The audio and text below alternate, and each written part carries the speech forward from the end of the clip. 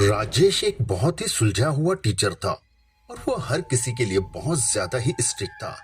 मतलब स्कूल में उसके आगे कोई बोल नहीं सकता था और बच्चे तो उसके सामने मानो जैसे कि डर के मारे थर थर कांपने लग जाते हों। स्कूल में अक्सर राजेश को हिटलर से कम नहीं समझा जाता था और उसकी क्लास में अगर कोई भी पनिशमेंट दिया जाता था तो वह लाइब्रेरी में उसे बिठा दिया करता था, वो भी रात के समय में, जिससे वो अपना सारा होमवर्क और अपनी सारी दूसरी चीजें कर सके और साथ में उसकी पनिशमेंट भी पूरी हो जाए। राजेश ऐसा व्यवहार अपने साथ के टीचर और बच्चों के साथ भी किया करता था। सब कुछ बढ़िया चल रहा था, लेकिन एक दिन राजेश के साथ कुछ ऐसा हुआ कि जिसके बाद राजेश पूरी तरह से बदल जाता है। तो चलिए फिर कहानी को शुरू करते हैं। राजेश जब स्कूल से एक दिन घर आया तब उसने देखा कि उसके घर में जो काम करने वाली लड़की है उसका दिन प्रतिदिन व्यवहार कुछ बदलता जा रहा था। उसने पूछने पर भी वे हमेशा यही कहती, साहब कुछ नहीं हुआ है मुझे। हर रोज राजेश उससे यही कहता, अगर तुम्हारी तबीयत ठीक नहीं है तो तुम छुट्टी लेकर अपने गांव चली जाओ। जिसके बाद वो लड़की यही कहती, नहीं मैं ठीक हूं साहब। और हर वक्त राजेश अब उस पर निगरानी रखना शुरू कर देता है, क्योंकि वो कुछ न कुछ बड़बड़ाती रहती थी, जिसकी वजह से राजेश और उसकी पत्नी को दोनों को बहुत अजीब लगता था, क्योंकि वो पहले ऐसा कभी नहीं करती थी। अब कई दिन बीत चुके थे। अब वो लड़की हर शाम रोज शाम 6 बजे हमेशा छत पर जाया करती थी। अब राजेश अपनी पत्नी से पूछने लगा, आखिर ये हर रोज शाम 6 बजे छत पे करने क्या जाती है? जिसपे उसकी पत्नी बोलती है, पता नहीं छत पर क्या करने जाती है। हर रोज ये सुनने के बाद राजेश कहता है, आज जब शाम में वो परमिशन लेने आएगी तो तुम उसे जाने देना। जिसके बाद ठीक शाम को 6 बजे लड़की राजेश की पत्नी से परमिशन लेने आती है और जैसे ही वो उसे कहती है कि तुम जा सकती हो, अब राजेश दबे पांव धीरे धीरे ऊपर जाता है। जैसे ही वो छत पर पहुंचता है तो क्या देखता है कि छत के ऊपर तो वो लड़की है ही नहीं। आसपास देखने के बाद भी उसे वो कहीं नहीं दिखाई देती। अब राजेश ये सोचने लग गया, अगर वो छत पे नहीं आती तो आखिर वो जाती कहाँ है। तो जैसे ही राजेश अब सीढ़ियों से नीचे उतर रहा होता है तभी उसे किसी के बात करने की आवाजें आती हैं, मानो कि दो लोग आपस में बात कर रहे हो। तभी राजेश छत पे इधर उधर देखता है तो आवाज धीरे धीरे छत के साइड में बने हुए एक एंगल की तरफ से आ रही होती है और राजेश जैसे ही छत से नीचे झांक के देखता है तो उसकी मानो आंखें खुली की खुली रह जाती हैं, क्योंकि वो लड़की उस छज्जे पे बैठी हुई थी और वो आपस में बातें कर रही थी। राजेश को ये देखकर बहुत बुरा लगता है। जब उसने ये देखा कि आवाज दो लोगों की आ रही है और वो भी उसके अंदर से, राजेश ये देख के बहुत ज्यादा घबरा जाता है और फटाफट भागता हुआ अपनी पत्नी के पास आता है और उससे कहता है कि तुम्हें पता है वो जो है दो आवाजों में बात कर रही है, वो लड़की सही नहीं है। मैं तुम्हें सच बता रहा हूं, वो सही नहीं है। तुम उसको इतनी जल्दी हो सके काम से निकाल दो। तभी राजेश की पत्नी राजेश को घूरते हुए बोलती है, आप पागल हो गए हो क्या? वो लड़की तो वॉशरूम गई है और आप उस पर बेवजह शक कर रहे हैं। तभी वो लड़की बाथरूम से निकलते हुए आती है। राजेश ये देख के बहुत ही ज्यादा घबरा जाता है कि आखिर अभी तो उसने उसे छत के ऊपर देखा था। अपने आप से बड़बड़ाते हुए कहता है और फिर वो एकदम से नीचे की तरफ आने लगता है। राजेश ये देख के बहुत ही ज्यादा हैरान होता है कि जिसके बाद उसकी पत्नी उससे कहती है, आप ना लगता है शायद थोड़ा थक गए हो। स्कूल में लोगों को डांटते डांटते आपको पता नहीं क्या होता जा रहा है। आप एक काम करिए, खाना खाइए और कुछ देर आराम करिए। जिसके बाद राजेश कुछ कह भी नहीं पाता और चुपचाप खाना खा के सो जाता है। अब राजेश हर दिन अपनी नौकरानी पर नजर रखने लग गया, क्योंकि उसे हर वक्त यही लगता था कि पता नहीं उसके साथ चल क्या रहा है। अब राजेश एक दिन उससे पूछता है, आखिर तुम्हें हुआ क्या है? जिसके बाद वो लड़की कहती है, साहब मुझे तो कुछ नहीं हुआ है। आप ये हर रोज मुझसे क्यों पूछते रहते हो?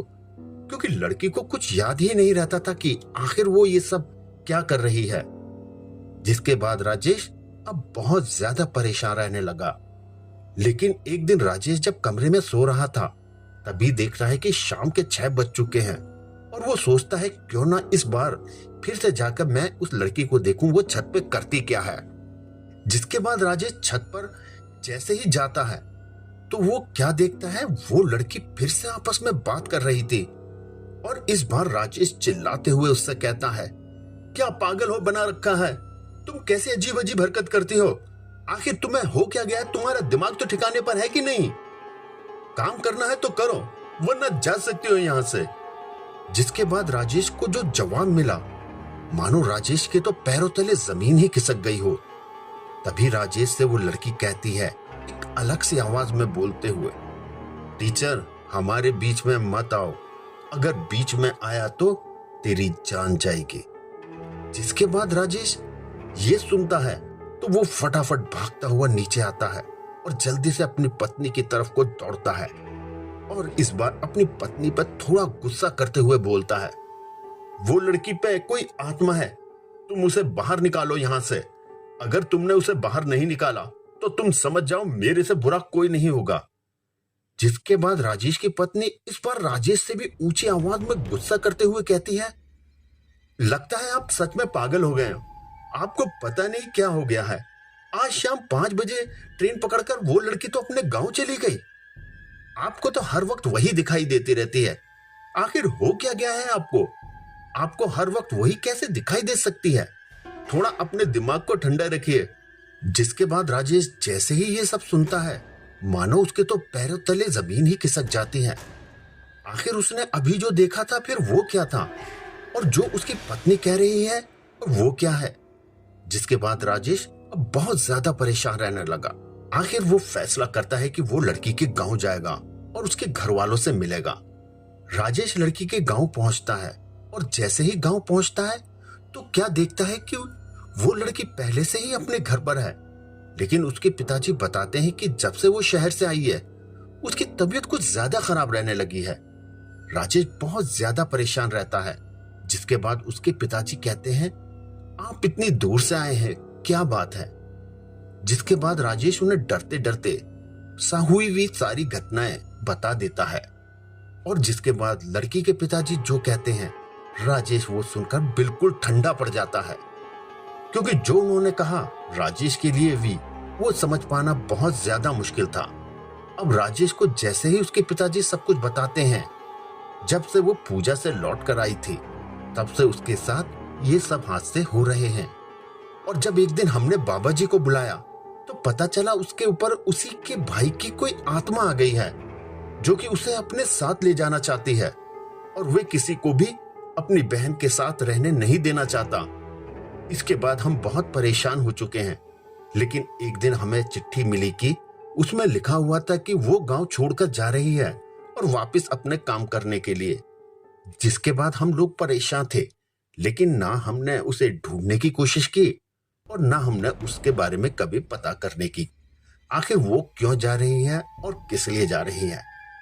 जिसके बाद राजेश कहता है, अगर आप लोगों को ये पता था तो आप लोगों ने मुझे क्यों नहीं बताया। जिसके बाद उस लड़की के पिताजी कहते हैं, हम लोग बहुत डर गए थे, लेकिन अब उसका इलाज चल रहा है। जिसके बाद राजेश कहता है, कैसा इलाज। जिसके बाद उस लड़की के पिताजी कहते हैं कि हमने पास के ही एक जाने माने बाबा को बुलाया है जो कि इन सब का इलाज करता है।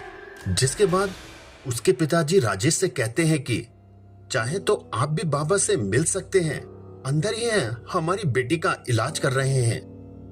राजेश डरते डरते हुए अब अंदर की साइड जाने लगता है और जैसे ही अंदर पहुंचता है तो वो देख के हक्का बक्का रह जाता है अंदर का मंजर। वो लड़की हवा में तैर रही थी और एक अलग ही आवाज में बाबा से बोल रही थी। जिसके बाद राजेश ये देख के बहुत ज्यादा डर जाता है और राजेश को जैसे ही वो लड़की देखती है वो उससे कहती है, आ गया तू, अब तू नहीं बचेगा।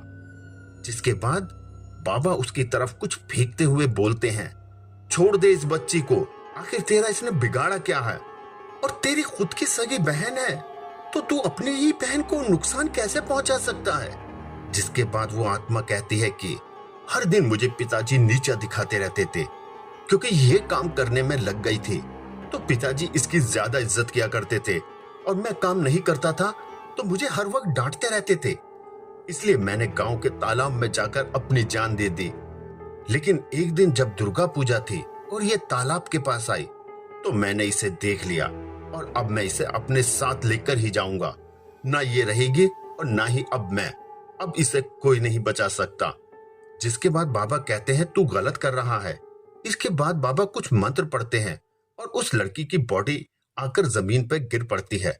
जिसके बाद बाबा जल्दी से उसके हाथ पर कोई धागा बांध देते हैं और कुछ ही देर में लड़की को होश आ जाता है और लड़की को कहा जाता है कि आज के बाद तुम कभी भी उस तालाब के पास मत जाना और हो सके तो कभी नहीं।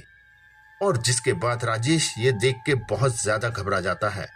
राजेश उस दिन से ये समझ जाता है कि गुस्सा करने से कोई फायदा नहीं होता और राजेश उस दिन से स्कूल में एक समझदार और साधारण व्यक्ति बन जाता है। तो मुझे उम्मीद है दोस्तों कि आपको हमारी ये कहानी बहुत अच्छी लगी होगी। अगर कहानी अच्छी लगी हो तो वीडियो को लाइक करें, शेयर करें और कमेंट करके बताएं कि आपको ये वीडियो कैसे लगी। साथ ही बताएं कि आपका क्या नाम है और आप किस शहर से हैं।